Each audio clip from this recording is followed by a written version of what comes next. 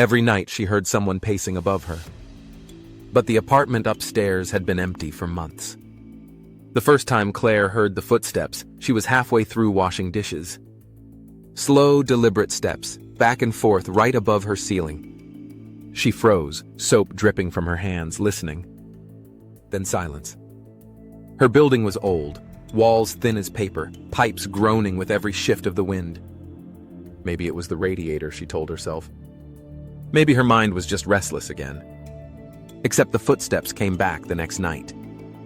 And the one after that. Always around 2 a.m. Claire lived alone in a rundown apartment complex just outside the city, where the elevators never worked, and the lights in the hallway flickered like dying fireflies. After her divorce, she told herself this was temporary, a place to breathe, to start over. Apartment 8B.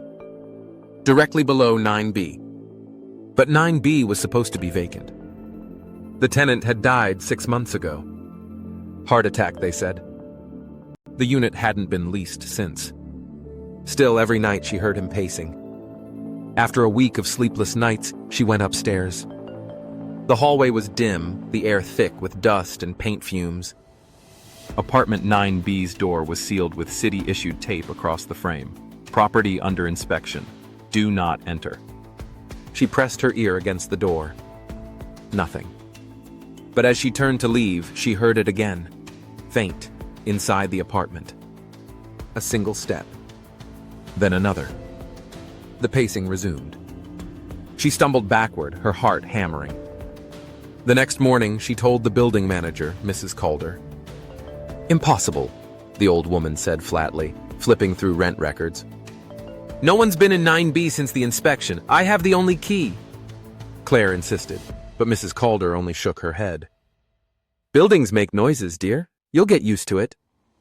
That night, she recorded the sound on her phone. 2:03 a.m. Footsteps, steady and unhurried. Then, a whisper. So faint it was barely there. She played it back 10 times, headphones on, trying to catch it. By the 11th replay, she could make out the words. "You shouldn't be here." Her breath hitched. She couldn't stay silent anymore. The next day, she waited until Mrs. Calder left for errands, then used a butter knife to pry open 9B's lock. The door creaked open, releasing a stale, cold breath of air. Dust lay thick on everything. The counters, the floorboards, even the couch draped in a gray sheet. No footprints. No sign of anyone living there.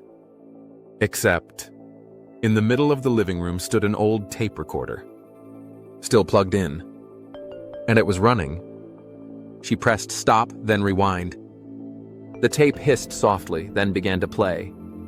Footsteps. Pacing. Then a man's voice, faint and slurred.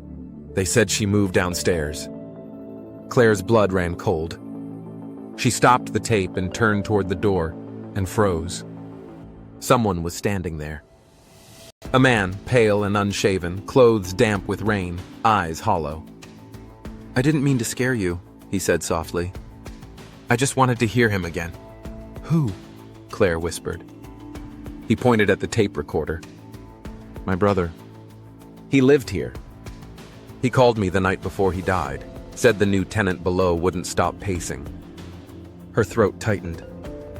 I live below," he frowned. "No. That can't be. 8B's been empty for over a year.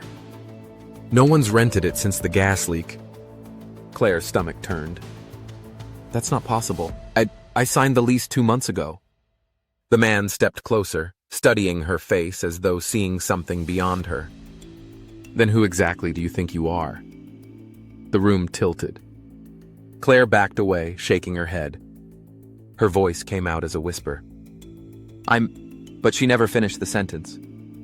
Because behind her, from somewhere deep in the apartment below, came the sound of someone pacing. Back and forth. Back and forth. They say old buildings keep their echoes, that sounds can linger long after the living are gone. But sometimes the echoes aren't trapped in walls. They're trapped in time. And every so often, they find a way to walk again.